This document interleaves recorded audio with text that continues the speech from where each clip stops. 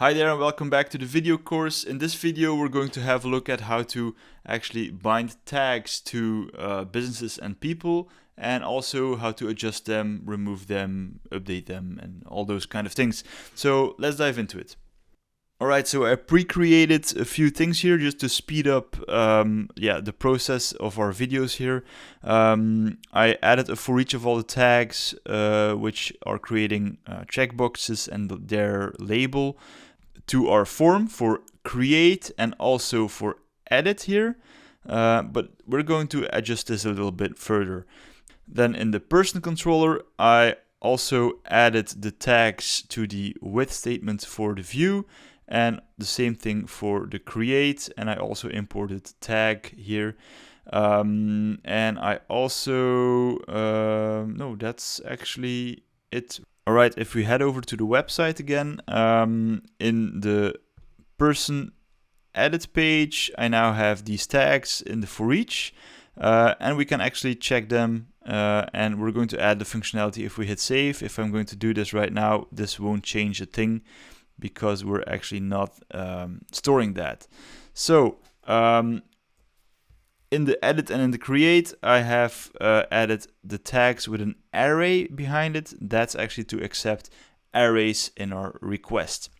So if we head over to the person controller here, and we're going to start off with the update here. If I just dump or die quickly the requests like that, and I hit colleague, client, and broker, and I hit save, and this actually returns the requests. And in the input bag, in the parameters, I have tags, and that's an array of all the IDs that are checked, and the IDs actually represent the value of the checkbox. All right, so now that we know that, we're going to add them, right? So we're not going to validate them because they're optional. Right after we saved our person details, I want to add them to the tags. So person tags. All right. We could use create, but that will create new tags for us. And because there is a many-to-many polymorphic relationship, I can use sync. And sync will actually, do the magic for you. So in here we can use request again and input. And input, the cool thing, this is an array, and sync accepts an array for us. So just head over and use the tags array here, semicolon at the end, and there we go.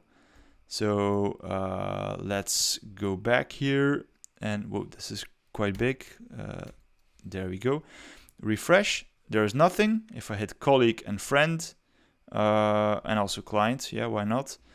There we go, hit save, and now the tags are added to Ricardo Thompson.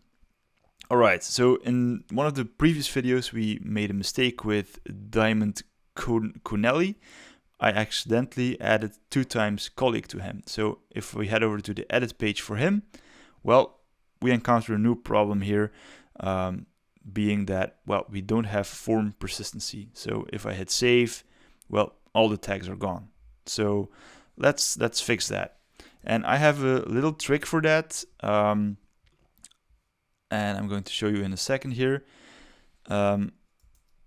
After this here, what we need to do is add the checked value, right? So if I add that to every single tag, they're all going to be checked. So I want us to make this conditionally. So add before it and use it as a function. I would like to check here if the tag that we're looping through right now is in the person his tags. So let's actually, first of all, let's head back to the forms here and select a person that has tags. So Ricardo Thompson again, this one, and whoops, this one. And well, he has all the tags checked because I still need to save that. Let's remove it again. There we go. So he doesn't have any tags in place. So add checked, and in here I first of all want to use in array. And in array will accept the value that we are looking for, and that will be the tag that we're looping through at the moment, and I'm going to use the name. There's nothing wrong with that here. Tag name, and I want to check it against person tags. Test that. That won't work because an array is the haystack needle thing, right? It must be an array, and the second parameter must be an array. This is actually a collection, so you could use toArray for that. Hit save, refresh, and that won't work as well because toArray is making an array of everything, right? So, and we only want to check for the tag name. So I'm going to add here pluck to only grab the tag name, and that will create an array for us of only the tag names. And voila, now it's using the pluck tag name and array that. Well, make an array of that and test this against the array, the tag that we're looping through at the moment. And now we have a consistency throughout the whole thing.